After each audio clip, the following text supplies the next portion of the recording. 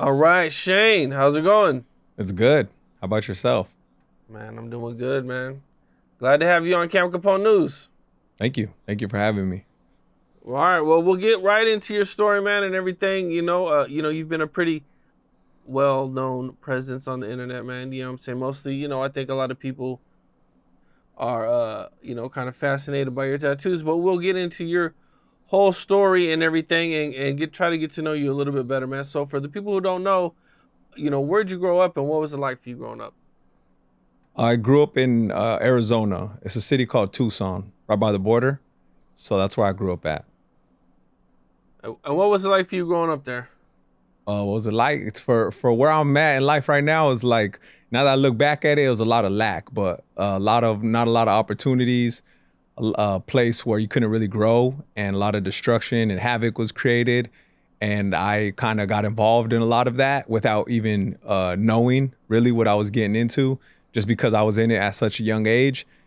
And so for me, I really didn't have nothing to compare it to. But as I look back now, it's not a very healthy place that I grew up in. I mean, I haven't really heard a lot about Tucson being, a really violent place.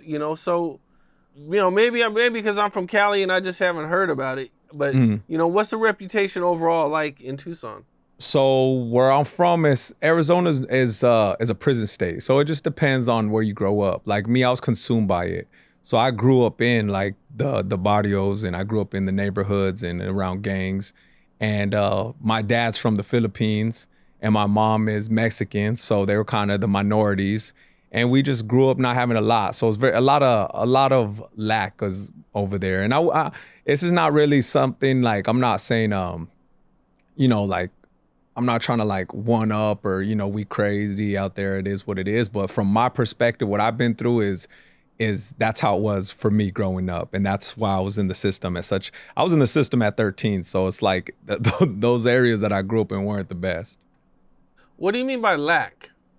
When I say lack, it's just like it's lacking. There's really, it's headed for destruction. There's no opportunity. So everybody is really kind of like what the main currencies is either, the illegal way, which is, robbing, stealing, drugs, and just I mean, it wasn't it for me. It wasn't I didn't grow up seeing it. Even like when I played sports or even our school systems, like the highest grade I went to was eighth grade. So it was just very like from as far as back as I could remember, it just I really now that I compare it to where like the life I've lived, it didn't have I wouldn't want my kids growing up there. Let's just say that. How old were you when you started to get involved in the streets?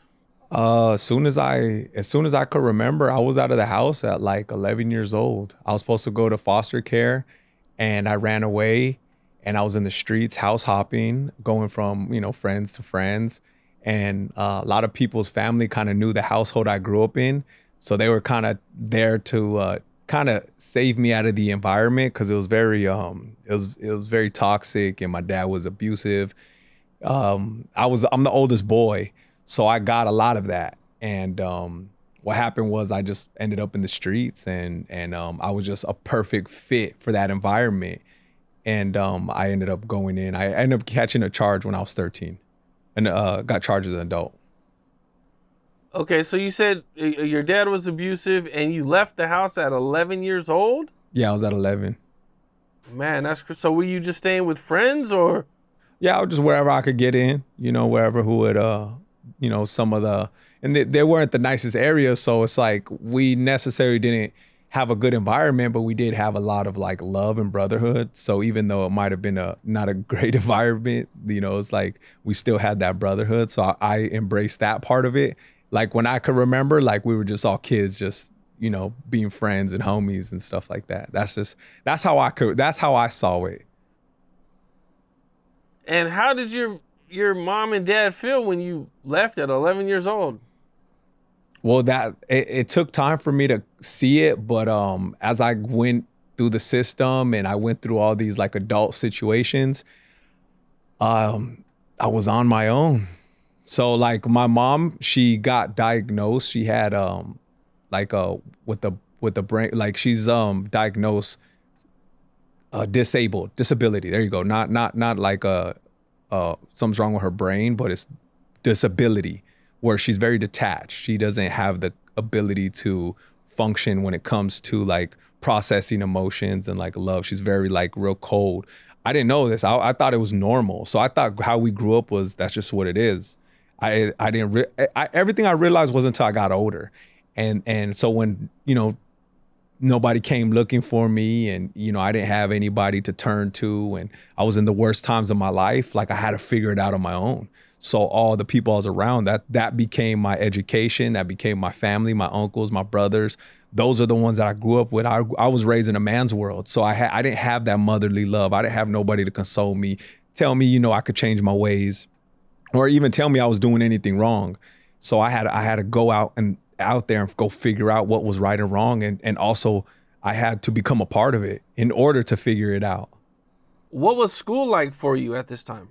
School was like fun because all my friends were there and I was just bad and we were just ditching and we were disrespectful. We were just little badass kids. We were just always in and out and just whatever we get into, we'd always be up and down the streets on our bikes, just, doing normal stuff not normal, but, with the group of friends that I had. Yeah, that was pretty much it. I didn't do good. Like I was kind of like behind in school a lot. Like I wasn't known as a smart kid in class. I was always like failing and I was always like in like the alternative schools and stuff. Like wherever they could put me, that's where they put me. If they found a place for me, they're like, so I knew school wasn't my niche. It definitely, I couldn't focus because when I remember school, I remember there was this one time my dad was beating my ass for some like bad grades I got. So I think as young as I was, like I hated it. I hated school. I always got whooped for everything. So school was just like, man, I used it as a way to get away and just kind of like make people laugh and hang out with my friends and just, I was just headed down a bad path. Now, you're going to school, or you're kind of going to school, you're ditching, you're getting in trouble, and now at 13, you catch your first case. Can you talk about what happened? Yeah, of course. Yeah, so I was 13 years old. It was in front of the school. It was a middle school, and I ended up shooting at a bunch of young group of kids. It was some East Side Crips, and everybody knew it was me. And I was very proud of it at the time because that's just, at that time, it was just something that like, your name ring bells.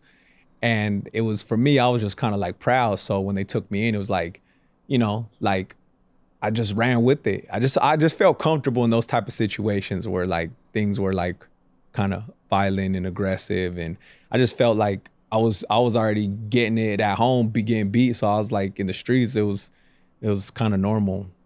But yeah, I ended up catching the case and they ended up taking me to juvenile, and the juvenile wouldn't accept me. So they took me to the adult jail and they put me in the, hold on, one second. What happened that made you react that way? Well, at that time I had a gun on me that we stole, and it just so happened to be a scenario where I don't know how it got to me, but everybody was telling me that these people wanted to put their hands on me, and they were kind of going to set me up at the basketball court, and I just always had a what is that called, where you have a inferiority issue. Like I hated being talked down to or like talked about. So my anger would rage. And so when people would like threaten me or say things about me, because, I hated my dad at the time. Like he was the most abusive one I could remember. So I was going to kill him when I was young. And then so when it came time for like somebody else to threaten me, it was just fitting. I was just like, man, I'm going to go in on these fools. So as soon as I caught them, I just let off on them. Okay, and now you said that they caught you right afterwards. Yes, they caught me right afterwards. Okay. And so you were proud of this at the time, and you get to jail. You go to juvenile jail, and they don't accept you there, and they have to take you to an adult jail. Yeah, they had to charge me as an adult just because it was a felony. Wow, they charged you as an adult at 13 years old. Yeah, and that's where my I guess you could say your criminal career started. How long were you in jail? So I did I had to fight it. So at the time when you're a juvenile, they kind of like try to help you, like counselors in a way. So they when you go in front of the judge and stuff like that, they kind of like look at your background. They have a counselors assigned to you, and they try to like see where you stand at as far as like what you're eligible for. Because there's a lot of kids that are in there for murders, and you know what I mean. Still, they're trying to like figure out what's wrong with their brain and if they have a chance at life. Because I mean, they're giving little kids life sentences. So they were at that time, they were talking about 5 to 15 for what I did. And that's still a long time for a kid. But for me, I don't have, I didn't know nothing about the system. So I really it was just a number to me. And I really didn't care what really happened to me because I didn't like being at home anyway. And then they were trying to give me a chance and say, you know, they went before the judge and said, you know, Your Honor, he grew up in this type of household, this environment. Maybe these were some mitigating factors in, you know, that you could consider, that this is how he grew up. So, you know, his brain's still moldy. Maybe if we could do this for him or this. And so I was in and out of it. They put you on pretrial services. Then they put you on juvenile intensive probation. And then it was like in and out of jail and trying to help me. And then finally, it just like, I guess when it came down to it, they ended up giving me like, when it was all said and done, they gave me like 3 years in prison for that case. And then I get out at 18. Oh, okay. So you're in jail that whole time. No, not the whole time. Yeah, I was fighting it. Like that first they keep you in there for a little bit and then they let you out on pretrial services. And then I went back in for like violation, and then I came back out on juvenile intensive probation. And then because it's still a case, it's still a running case. And then once the case is like, it's time for you to get sentenced, then they ended up giving me 3 years for that. Now you're in there with the worst of the worst kids. Like you're in there with the worst kids, right? All the kids you're with, these are all kids that they wouldn't send to a juvenile detention. Yeah, these are a lot of the kids in there. They were already in there for like, I remember was in there with one of our homies, Ralph, was in there, triple murder. He was like 15 when he got it. And there's a lot of kids, man, a lot of crazy ones, killed their parents. Just all kinds of just little, you know, tatted up, little gang members, bro. Like, yeah, it was crazy. It was crazy. It was what I grew up with. It was normal, but now that I think about it, I'm like, something was wrong, definitely wrong. Man, okay, so I want to take it back a little bit, man. You said that when you caught the case, man, that you wanted to kill your dad, that the abuse was that bad. Yeah, I hated that's how you felt. Yeah. And I was scared of him, so when I told him I was gonna kill him, like it felt good, like it felt like I conquered a fear because I was so scared of him. So when I finally told him that, and I was like, I'm gonna kill you, it felt like I felt like a power, like I just got jolted by something, and something inside of me just consumed me, and I said, oh, this is how you make people respect you and treat you right, as if it has to involve some type of violence. That's what I thought. That's what I thought at the time. Well, what happened in that? Was there an argument that took place where you told him that, or like what happened? Right? Yeah, I was actually in the middle of a session. He was getting it in on me, and because one of my bikes got stolen, and he's just somehow it just triggered him. Like he thought I, sold it or did something or let people take advantage of me. He just started, got a session in on me, and I just had enough of it, and I just told him that I was gonna kill him, and I just while he was doing it. And it felt good, man. That was probably the last time he put hands on me. And ever since then, they were kind of like, I'm not proud of this now because, I did make amends with them now that I'm 39. But at the time, it was just like, they're very scared of me because of the way I was acting and how I was becoming. I was such a horrible kid, bro. I was not a good kid. Not a good kid at all. So did you ever go back home after you left? Like, was this when you were fighting your case? No. Hell no. I wasn't. From then on, it was just like the world was mine. I didn't want nothing to do with that house. I just wanted to be out. I just wanted to be in the streets, and wherever my heart took me, that's where it took. It just so happened to take me down that path. But I know it was designed. I really do. I know it's designed that way. Now you got to do these 3 years in juvenile detention, juvenile hall. What was that like for you? Was it bad? Like, how did they have you? Who all did they have you with? Yeah, so when I went in, it was like the movies. Like they had the guards at the gates with the cowboy hats, the shotguns, and the chain gang, and the orange jumpsuits, and it was just like the movies, man. And working out, and kids these days, I don't know if you remember, but if you remember kids when they were like 60, 70, these were like grown ass men. They were built like little football players. And I remember it was just so like took me back. It was just like very eye opening. It was very like an experience that I'll never forget. And it was just like the movies, bro. They separated buildings by gangs like Phoenix, and then Tucson, and then they had like the Crips in one building, the Bloods in the other building, and then they had the Mexicans, the Paisas, the Nationals. So it was like this was my introduction to the criminal lifestyle in the politics at the time. So being a juvenile, like it was still being matched to the adult system, like by the racism and stuff like that. Because on the streets, like we grew up with Mexicans, but we were also integrated with other races. So it wasn't as serious. We didn't know until we got into the system that we're segregated by race. So that was like my experience. And it was just very like, it was gladiator school, man. And it's not even to be like, like, oh, it was the craziest, but man, it really was, bro. It was like, I should have toughened you up. I should have really, you get out and you're not the best person. It kind of makes you worse. You know what I'm saying? Like it got me to a place where I was like, and then especially being in there and not having nobody, I had no family, nobody would come visit me. It just kept putting me in a darker hole. Like mentally, I was just becoming a darker person. Like I was just hating life. Like I didn't mean to be like this, but I was becoming very dark at the time, like at this time in my life. Now, you said everybody was separated, so you never really like had to hang out with your enemies or see them or anything?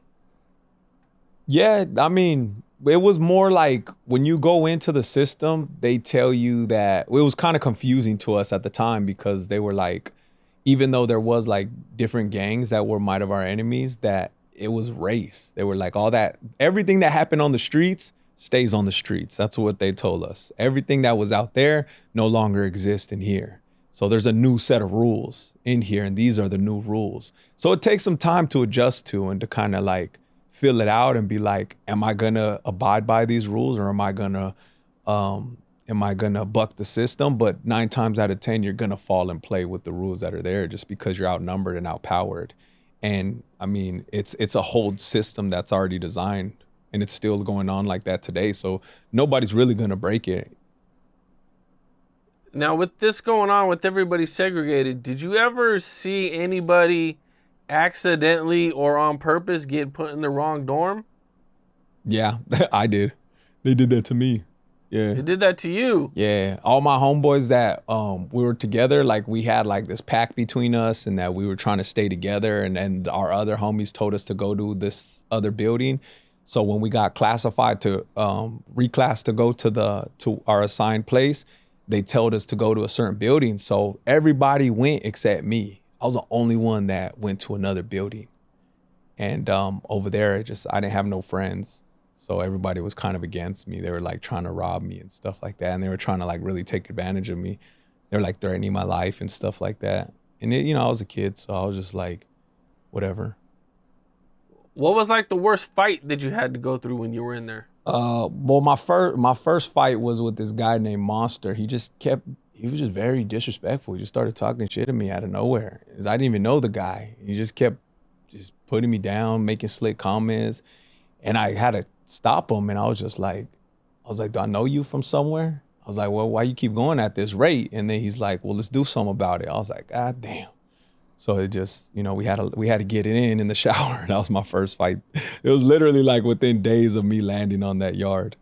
As soon as I got classified to go to the yard, or as soon as I went to that building, it was like that first week, me and him had to get down. Okay. What was the most ridiculous thing you see somebody fight over? Well, in there's not really rules, so you could kind of do whatever, and you're young, so it's like kind of bad. Like people fight over anything, really, the stupidest things, name calling, over money, just somebody's having a bad day. He don't like you. I've seen it all, man. I've had people just straight up say, I don't like you, so I want to fight you.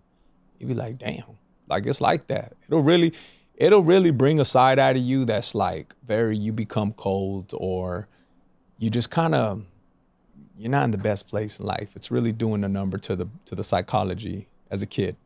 So you end up like I'm at this point in time, I'm starting to learn that it's all about violence. That's it. That's all I'm learning this whole time, from my childhood, me being young, to my prison experience as a youth. Everything is showing me that is violence. That's it. It's just like, that's all it's about. What was it like when you first arrived there? The drive in there? Oh, the drive in there? Yeah, it was like the movies. It was crazy. Yeah, it was just like the movies. Yeah, But I guess you guys were in a van, uh-huh. and the driver of the van, had said a few things to you. He what? He said some things to you, the driver of the van. Yeah, he said, you guys ain't laughing now. Okay, I guess you guys. Well, so what all happened right there? So we were all laughing in the back of the van. We were just like, joking with each other, shooting shit. And it was me and a couple of my friends. And we're just like, just being stupid and just being young. And then as soon as we put up to the prison, we seen the gates, we seen the cops, we seen the inmates. And we're just kind of like in awe, looking around. And we're just like, where are we, man? It's like, this is like a whole nother world. And then he's like, ain't so funny now, is it? And we were just like, what? Like, yeah. Now, did you ever have to share a cell with one of your enemies? I mean, yeah, you share cells with people you don't get along with. So I would share. I've been in the cell with plenty of people where, we'd have to, come to terms and get down. And it's like that, man. I had a lot of enemies. I created a lot of enemies too at that time. Not because of anything I did, just because that's the environment. The environment is like a lot of self-hate, and it's worse. As vicious as you can be, that's what's pretty much the outcome, is whoever can, outpower each other. I wanted to ask you, man, at what point did you actually get put on your hood? At what point? Yeah. And so our neighborhood, 29th Street, is the one of the biggest families from there's the Vitamontes family, and they're all over the news, all over the papers. And me and Bone is the young brother. There's like 4 or 5 of them, and then it's the dad and the mom and all of them. So I got quoted on by Bone. Oh, so you only had to run one head up fade? Yeah, I just won. A lot of people from that neighborhood, it was like the ones that I knew, a lot of them are locked up. A lot of them like became full-fledged like career criminals in the system. And how old were you? I was probably like 14, 15. Oh, okay. So this was already after you'd already caught your case. Yeah. I was just in the streets. I was like running the streets. I was just bad at the time. I was just like hanging with all the members, and yeah, I was just running up and down the blocks, man, just doing criminal activities and stuff like that. Okay, now you get out of jail at 18 years old. And what do you do with yourself? Are you thinking like, I'm going to get a job, I'm going to go straight? Or are you thinking like, I'm going straight back to the streets? Like, what's going through your mind at the time? What went on through my mind at that time was like, honestly, I was so programmed already, and my experience pretty much consumed me. It like took over my whole being, like as far as how I thought, how I behaved. So I was just going based on what life was handing me. So like I didn't really know what to expect. Whatever life gave me, I took it. So me being in those situations, I just ran with the punches. So if life handed me that, prison and, fighting and going through all these dark situations and having to deal with myself. So by the time I get out, I'm already in a state of mind like I don't have abundance in my mindset. Like I don't even know pretty much what a good life looks like for me. I wouldn't even know where to start. I never even had a job. So I'm 18 years old, and I'm like, and I don't know what to do at this time of my life. I'm just kind of like, the only thing I'm familiar with is being bad. And the only connections I have, I mean, I would love to do something else. I would have loved to, if somebody opened the door for, some construction or a job or any type of opportunity, I would have gladly, if they got shown to me. But my brain, it never seen anything like that. I don't even know what a good life anything is. So I'm only familiar with, criminal lifestyle, with selling drugs and just stuff like that. It's hard to really say, because like looking back at it is like, a lot of people say like, we chose that life, but I really don't think we did. like it kind of like it really consumed us, and our vision and our perspective was so limited that we were just being ourselves. But by being ourselves, we were pulling in bad scenarios and bad situations. So we really couldn't thrive and we really couldn't grow unless you had a family, maybe, and some opportunities, and you had somebody that would really like maybe push for you and kind of put those opportunities right in front of you. Then you might have had a bigger chance at kind of making it. But I mean, at that time, it still wasn't my time yet. It wasn't my time. My time didn't come till later on. Like I still had some more, some dark stuff I had to go through. Like it wasn't over for me. And there's a reason it leads up to this. That's the reason why I'm saying this. Now, being in the streets, you know, a lot of stuff is going to happen. You're going to go through a lot of ups and downs. What do you think was like the most wildest situation that you've been through on the streets that you can talk about?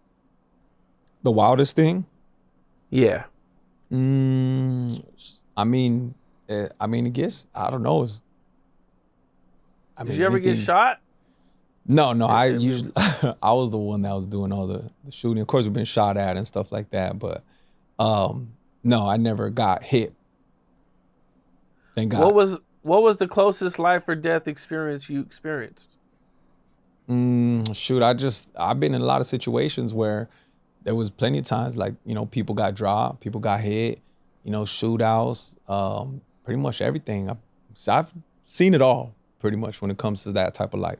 And it got to a point where we were just kind of like we've been around it so much that we never really, I guess, were fascinated by it. We're just kind of like, it's just there. Like even when I was in the system, like there was a time I was in the system where like people were always getting reprimanded constantly and dealt with and stabbed and killed, that it got to a point that even when it would happen in front of us, we wouldn't even turn around and look. Like we would just kind of just continue our conversation. It just gets burnt out. You know what I mean? It's like, honestly, and then as I get older, like I've been through that so much that I'm not a fan of it, man. Now that I'm able to, you know, make these better choices. Like I look back and I'm like, I don't even like violence.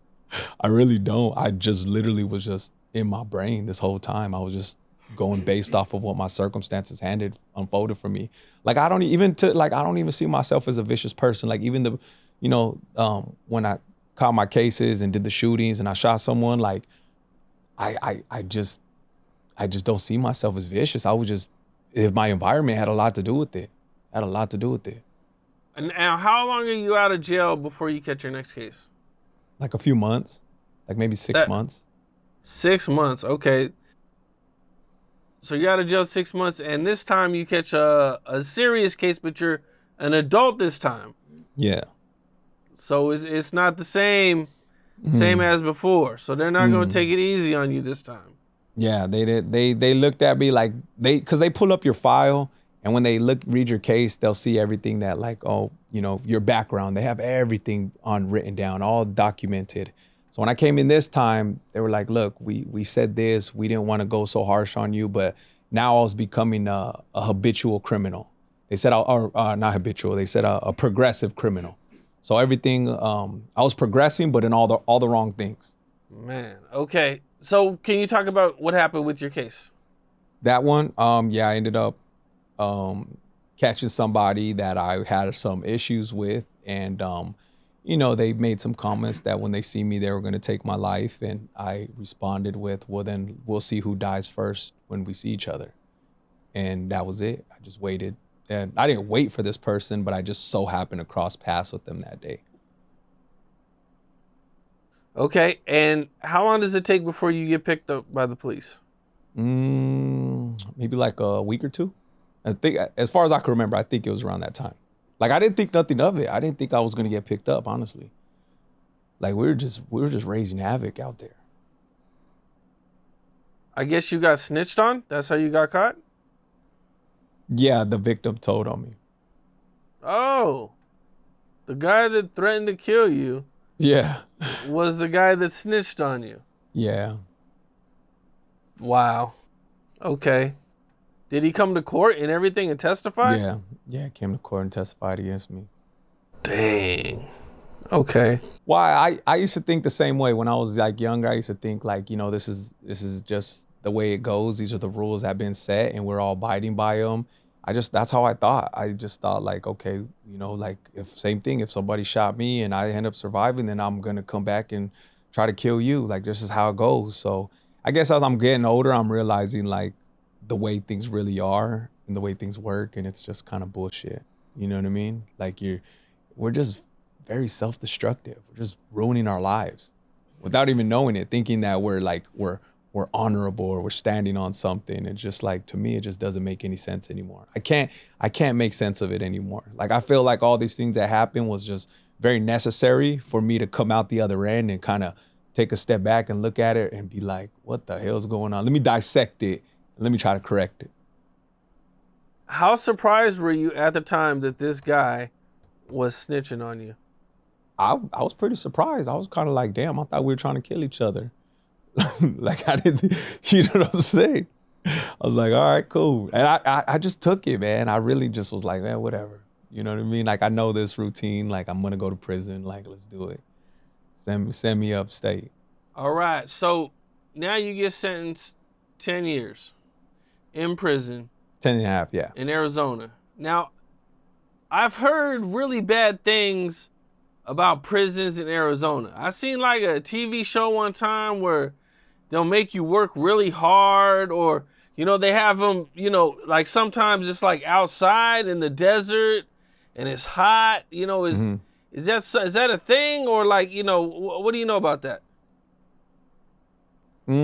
Yeah, I think that's for like the lower yards. Those are like the minimum yards, are able to like work a little bit more. Like they have those like the work programs. I never got a chance to make it there, so I don't really know that side of it. Okay, so what's it like for you? What's your first day of prison like for you in Arizona? My first day in prison back, I was just kind of like wanted to get to where I was going so I could settle in. I was kind of anxious to get to where I needed to go. Okay, why you say you were anxious?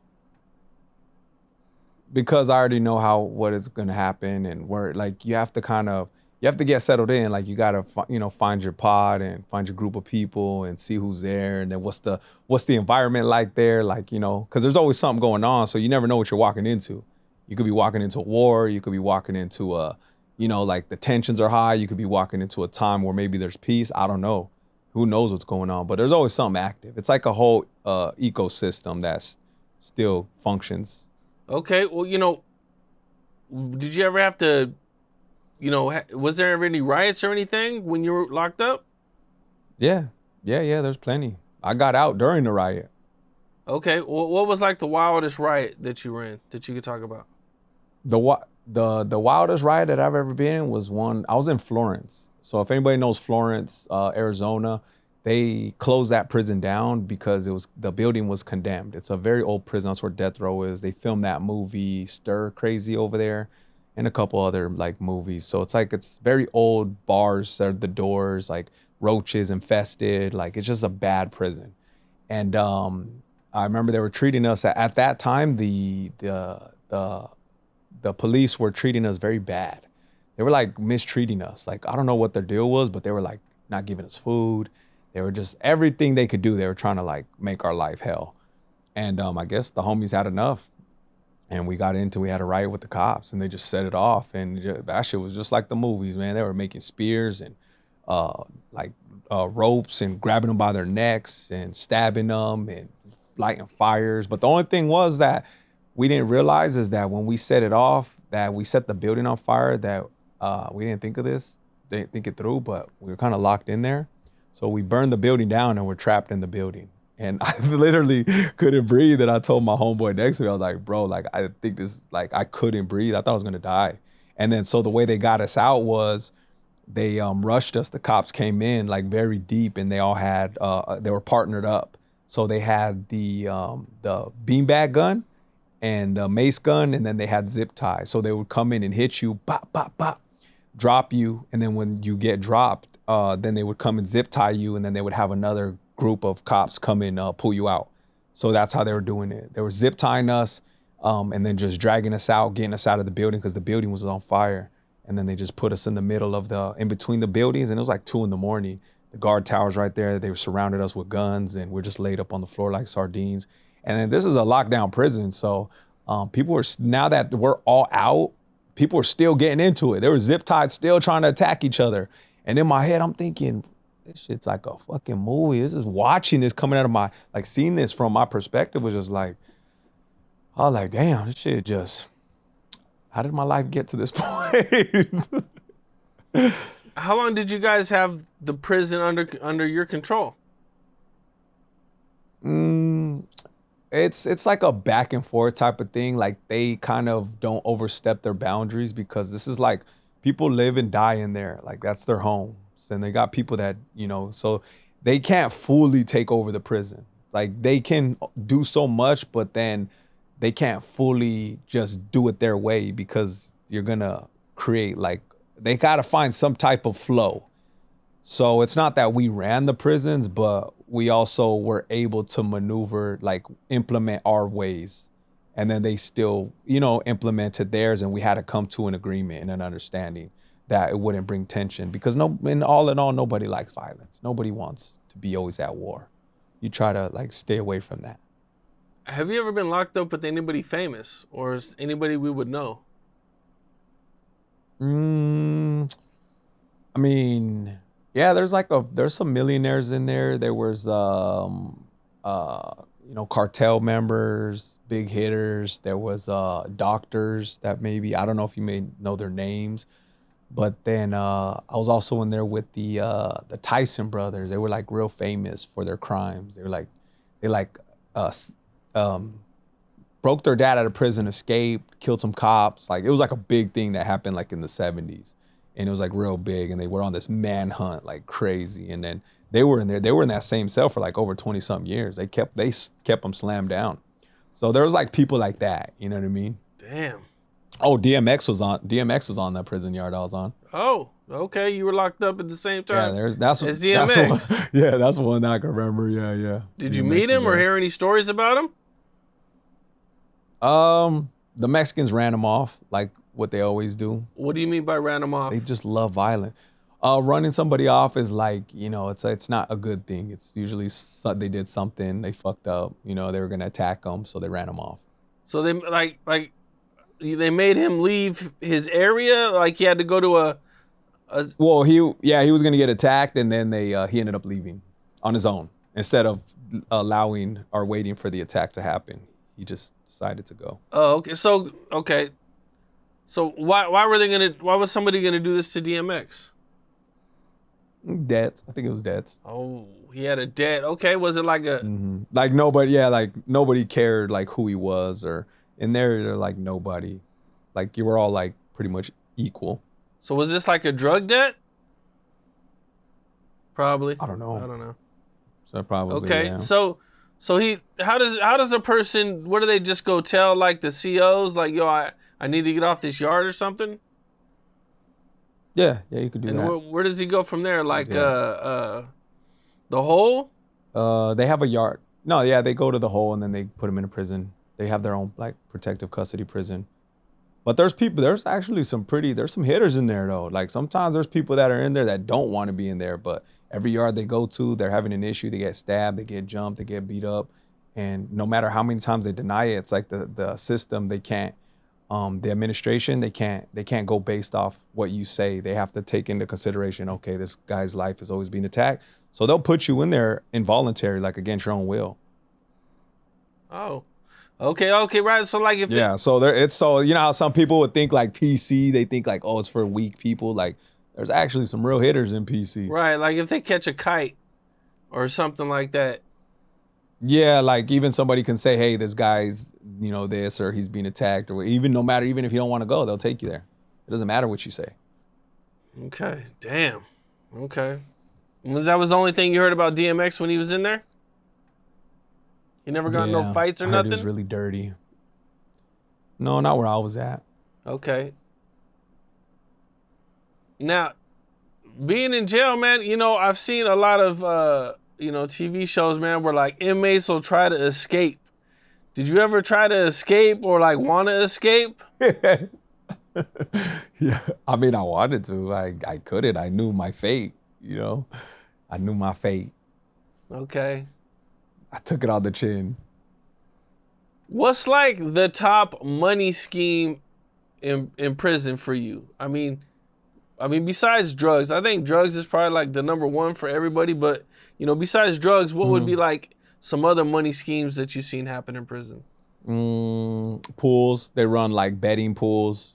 They have like the craps, the blackjack table, the betting, and then also taxes. Those are like the main things that they use as far as to get currency. Did you ever get any good lessons from prison? Is there anything positive that you learned in prison? Oh yeah. Yes, I've learned a lot of positive things. I've I learned how to overcome, like in your darkest moments, like just being able to talk to yourself that you can keep your head above water. I learned like my strength. I faced a lot of my inner demons.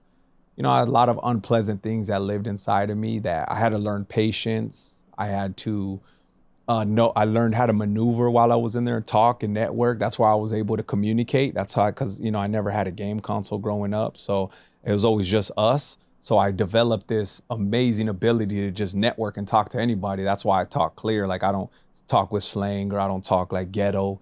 I was able to talk my way through life and be able to make friends. And I could talk to cops, I could talk to inmates, I could talk to a doctor, a crackhead, I could talk to anybody. So I developed my communication skills, because I had a hard time expressing myself.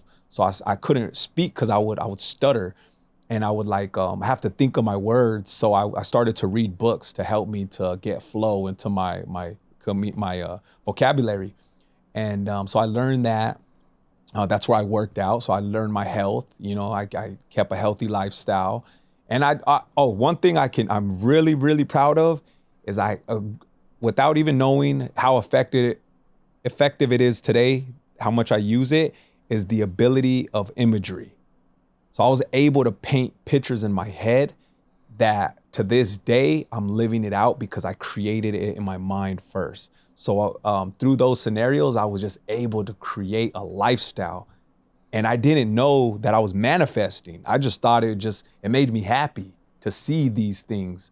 But now that I'm in the work that I'm in now, I understand the imagery, and the vision is the key to creating a life. Yeah. So that's the one thing I can for sure take from there. Thank you, prison. Thank you, ADC. Now, I think you mentioned having to control yourself, right? Because, on the streets, you could probably get wild with people, but in prison, it's a little different. You're with guys, who will kill you for any little thing. Oh, 100%. Oh, 100%. Yeah. You can't just have anger issues in prison, like the real world. Yeah. True. Yeah, it's very true. Yeah, everything is designed, like you have to go through proper protocol. Like you can't just go off on somebody. Like say you're angry or you want to set it off or you want to do something, it has to go through the proper channels, and they have to set it up, and they have to create the environment for you to get busy in. It's just it's a lot of patience, discipline, a lot, you learn a lot about yourself in those type of environments. Like you can't just quick of a dime to set it off. Now, when people first look at you, the first thing everybody's gonna see is the tattoos, man. How old were you when you got your first tattoo? I was about 14. Got a RIP on my arm for one of my Theos. I couldn't make it to his funeral, so that was my first one. Now, when you got this tattoo, did you imagine you would have all these tattoos in the future? Yeah, I did. Well, when I went through the system, when I first went in and I was so captivated and attracted to the gangs and just my environment that it just fascinated me, seeing kids tatted. And when I went to the adult prison and I just saw everybody blasted and muscles, and to me, it was my environment, it was my culture. So I loved it. I thought that was a goal for me. I was I'm just gonna get blasted head to toe. To me, it was because I had nobody to look up to. I didn't have a male figure that stood out to me that I was I really like this guy. Those were the male figures I looked up to. So I looked at them they were in awe. They were my celebrities. I would see the way their presence and the way they carried themselves, and they were just so well put together. and their body was just shaped, and they were just holding a lot of power, and they just, the way they moved through prison, and they were just blasted, and I was just like, I looked up to it. So I always knew that I was gonna get blasted. Now, you have all these tats on your face. What is the reaction that you get from people when you're in public? What's crazy? This is what's crazy, is back in the day, this right here, the way I look, closed doors for me. But now it opens doors. So the same thing that used to close doors now opens doors. So weird. It's still hard for me to grasp that. Right, because you can't just get a normal job. Yeah, definitely. I don't know if McDonald's would hire you. If you applied, I'm not sure. I mean, they might, but yeah. Do you feel like people automatically assume negative things about you because of your tattoos? Oh, of course. Yeah, of course. I get it all the time, but I've been living in this body for so long that I forget what I look like. And then I talk to somebody and they're just like, "Oh, you're a nice guy." And I'm like, "Thank you." Like, that's who I want to be, but I forget that I look like this sometimes, you know what I mean? Like, or they'll say things like, once I talk to you, like, wow, it totally doesn't match like who you are right now. But as far as like, yeah, the people do judge me, but that's fine. I mean, I understand that. I would expect them to. It's not like, I did this not I did this not to come across like that. I did this because I chose my side when I was younger. So I made it like, I picked who I was gonna be and who I sided with. Like I accepted my role in life. So it was my identity. So I was just like, this is who I'm gonna be all the way till I die, and I'm fine with that. Like I knew I wasn't gonna be a doctor. I knew I wasn't gonna be a lawyer. Like I knew that this was my environment, this was my identity, and I just kind of like accepted it. So I just became this.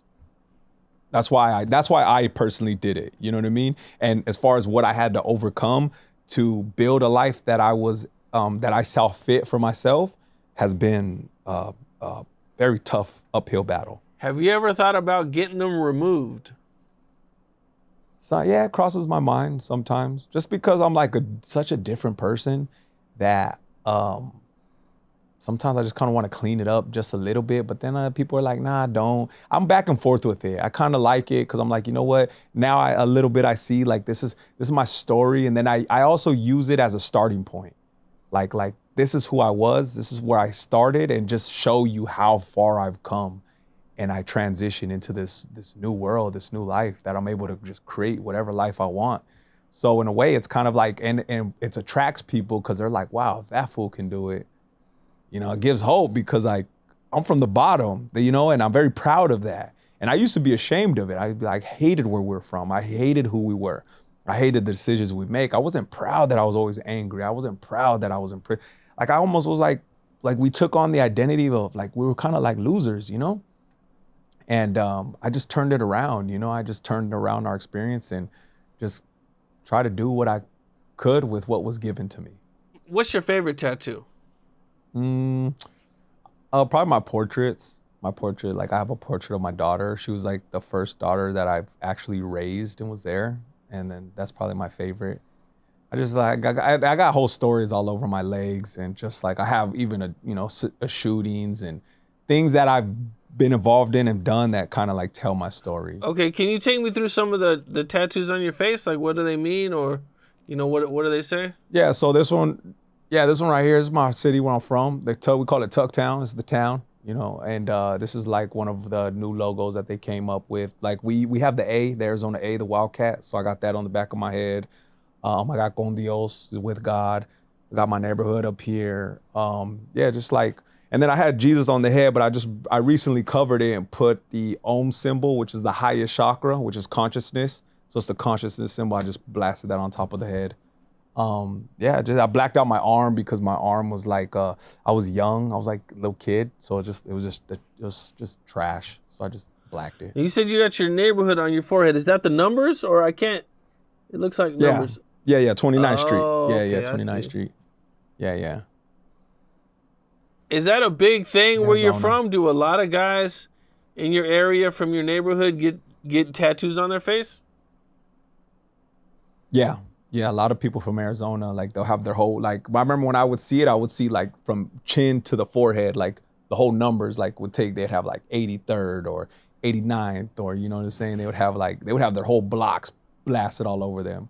It was to me, it was like insane. Just looked cool as. It was the coolest thing ever. Now you mentioned you got your whole arm. I think you got your neck also completely blacked out. Yeah, yeah, I blacked out my neck. One of my friends, his name's Pinky. It's one of my boys I grew up with. He's in the system doing a life sentence now, but we would tat each other, and he totally fucked me up. Okay, why not just get it removed? At the time, yeah, and it cost a lot of money, and we weren't the best with our finances. Okay. And now what are you doing with yourself? Oh man, I'm doing a lot. So I moved to Miami recently. I was living in Texas, and I got out of Texas because it reminded me too much of Arizona, and it was a very like it's another prison state, and people like us are targeted. And so they're in favor of the cops out there, like the cops, the fire department, like it's very like old school, traditional, like protect our land and stuff like that. So it was, I was targeted a lot. I would catch myself catching cases out there. I would be involved in other cases. It just was like, it was like a low frequency place. It was hard for me to really grow. Like I was outgrowing it. So I left and I came to Miami, the best decision ever. I'm from the desert. So I need to be surrounded by water. So I'm around water. To me, it symbolizes something. Like I came from that degree of extreme conditions, which was desert, prison, concrete. That's why when I say lack, that's what I mean when I say lack, just a very lacking in abundance. And then I go to a place where it's abundance, where you can actually grow, where it like resets your nervous system. Because if you come from a place that's lacking in abundance, your nervous system is shot. If you grow up in those conditions, you have a bad nervous system. Your nerves are bad, which in turns affects your thoughts and your decisions, and you just build horrible habits. You just become a very destructive person. So coming out here to Miami, I elevated from who I was. And I got involved into this breath work. And when I say breath work, people think, oh, meditation. They just think it's sitting there breathing. Well, the breath work, what I was able to do through this is there's a sacred fluid that's in your spine. It's what is it? It's like Christus. It's a oil that's in your spine that shoots up into your brain, and it awakens the pineal gland. And I don't know if you're familiar with the pineal gland, but they call it third eye. That's like with the ancients, the Egyptians, like all that stuff. And it's hidden in everybody's culture. Like in the Aztecs, there's always like a snake, and there's always like, even in the Bible, it's the serpent, the risen, like all these stories. Well, that's what it's a map to your body. So I was able to pump this fluid, get it into my brain, and it goes up the brain into the pineal gland. And what it does is it crystallizes. So when it hits it, and this is science can confirm this, is it awakes neurons that were in the right side of the brain that were dormant. It wakens it. They start to reconnect. The neurons in the brain, like that fire and wire, the triggering and all that stuff, they start communicating. So now you have parts of your brain that start communicating. So they say we use our left side of our brain and we only use 10%. Well, it allows you to use more of your brain. So now I got into a place where I was like creating new pathways. Like you build your habits, right? By who your identity is, let's say, and you're stuck in this path because of who you were. So you just reinforced these pathways that are in your brain, and those pathways have become your identity and your decisions. So I'm able to break them. So when you're activating the pineal gland, what it does is it helps with the neuroplasticity, so you can actually create new pathways. So new parts of the brain start to communicate, and you shut off the part of your brain that tells you who you are. So we think like, this is how normally a normal person would think. I grew up like this, so I'm a product of this. Well, in this case, you're able to break that thought. You can say, the reason why I'm able to create a new person is because not only do I feel different, I think different. So now I'm whoever I say I am. I'm no longer affected by my past. Like, for instance, say your past creates this anger in you. So you identify with this anger. You say, I'm an angry person because I'm from this. Well, you just reinforce that identity. So now all your decisions are going to be based off of who you are. You're going to be pulling from that well. So now that I'm pulling from a new well, which is creating a new feeling, which is say I want to create love or peace or things I've never had. I no longer say I'm from this or I'm this because of this. Now I can actually create whatever I want. I can say I am love, I am abundance, but not only just say it, I can create the feeling, I can create the thought, I can create the image, which in turns recreates and restructures my whole brain. So now my subconscious is on a place where it's thinking that it's this person is having an experience that it's never had before. So instead of me being focused on my brain, and focus on my past, now I'm focused on my future. So I got into that work real heavy. So now the reason I was saying that earlier was I had to experience all those pitfalls and all those experiences that were hindering me so I can get hands-on experience of how tied down to pain, your past, to trauma, all these things. I had to be engulfed pretty much in those experiences so it can get a hold of my brain, because there was going to come a time and day when I was going to break free from all of those thoughts and feelings. I no longer feel those anger issues. I no longer feel destructive. I don't identify with him no more. That person's gone. He's dead. I identify with the new person. So now that I found this power and I can restructure and reprogram my brain, I've been working with a lot of people. I'm even right now working with somebody that they have this program and they go to the CDC prisons, and her name's Fritzy. She has a program. I'm pretty sure you maybe seen it like all over Instagram where they do their stories. They tell their prison stories and stuff like that. They go in there, they have like documentaries, and the programs that I'm running, we're gonna get it on an app on their tablets so they can follow and do this type of program inside the system. So I want to go back and now free people, because we created our prison in our brain. I don't think it was necessarily like the physical aspect of it. I think it was more like it was becoming of our personalities and our characters and our ideas and our thoughts. So I'm into that real heavy. So I'm also into psilocybin. I don't know if you're familiar with that, like with the mushrooms, but I also take doses of mushrooms, and that actually helps with the neurons in the brain. And it's really not spoken about as much, but I'm starting to speak about it now just because I'm so passionate about it. Because the work I do is in the brain. I love the brain. I love how you can change it. I love how you can pull in anything. I love how you can change your feelings, your thoughts. I love how you literally can go in different realms and pull in whatever reality you want. And as long as you see it, create it, and feel it, it'll come to you, in different forms. Like it'll eventually, this is how it works. I say life gives you who you are. So when I was having all these bad experiences, it's because I was on a low frequency. I was a destructive person. The way I felt, the way I thought of myself, how my outlook. So now my life kept giving me those scenarios over and over again until I had to break them. And I couldn't figure out why life was just so fucked up to me. I was like, why does life keep happening? I was always involved in criminal activity. I was always involved with the wrong people, but it's because I was attracting who I was. So once I went in and changed everything about me, from who I thought, my nervous system, my brain, how I think, how I feel, then I started attracting a different type of scenarios, and I started attracting abundance and different people, and things would come into my life unexpectedly. Like I would catch myself creating a lifestyle or something, and something would happen to where it would match up to that, and it ended up fitting right into my life just as I thought of it. And I was like, wow, this is very powerful. I was like, people need to know about this work. And that's where I'm in right now. I still do my tattoos. Everybody knows me for portraits. I do a lot of portrait tattoos. But the real passion, the real work, I also trade. Being in Miami, you got to trade out here. You got to make money. So I'm also a trader. And then, but I'm very passionate about the brain. I want to go back. I'm into that. So I got a program. It's called The Hero's Journey. And I always compare it to like being a slave. Say you were a slave, you get free. You can never live your life peacefully after that. You're always going to be tormented. You can't. No matter how much I try to live my life and say, you know what, I don't give a shit about nobody. I'm going to live my life. I'm going to be happy. I'm in a great place. I'm always tormented because I know what it's like to suffer. I know what it's like to be beat down and broken and have nothing. I know what it's like to be poor. So it's my job to go back, no matter how much I don't want to, and free these motherfuckers mentally. I don't know what their cases may have, but I know they just want to be free from their brain. A lot of torment in there.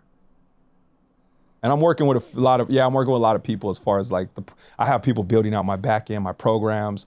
I'm working with one of my partners. His name is Jay. He actually has a psilocybin company. So we're doing a lot of things to bring this, to the world. Man, that's what's up, man. That sounds really interesting, man. It's oh my God, it's life changing. That's why I'm so passionate about it, because it really changed my life. And it's not even necessarily about money, like, oh, my life has changed. I'm living good. I have money. It's not even about, I'm so passionate because my life changed. I'm so passionate about it. I'm just happy. I'm a very happy place. I have a lot of love in my life. I have abundance. I'm very conscious of the words of my thoughts and things I do. And it really just changes you from the inside out, and your whole life just becomes whatever you want it to become. Man, that's what's up, man. Well, before we get out of here, man, I wanted to ask you. So you had mentioned your parents. Now that you're older, did you ever amend those relationships, or how did all that work out? Yeah, I think I had to. I had to do it for myself. But I came when I seen my dad. I just seen him, and he was kind of like a wore out old man, and life got the best of him, and I felt bad. So I just didn't want to add more. I just kind of accepted it, put it behind me, and it was for my own good. And it just become a better person. But on that note, the reason why I want to say that is because I used to identify myself with coming from my biological parents, which was those conditions. Well, just recently, I found out that I was a real descendant of Montezuma. I don't know if you know who Montezuma is, but Montezuma is the last ruler to rule the Aztec Empire before the Spaniards came in and crumbled it. Well, I am a descendant. So now the reason why that changed is because I no longer identify with me coming from that. I know who I truly am, and I come from royalty, and I come from warrior. So it's in my blood. So I no longer say like, oh, I'm from this, or I'm from the hood, or I'm from this. Like, I don't identify with that no more. Like, I took it even further. And what it did is it changed me on the inside, because now it gave me a place in my mind that I was like, I know who I really am. I'm really this. And I stopped identifying with those thoughts and saying I'm from this or I'm from that. And it changed. It really changed my perspective. I feel like royalty. I walk around like I'm a ruler. Man, that's what's up, man. Okay. Now, do you ever go back to your hood and try to talk about this type of stuff and, the stuff that you're learning?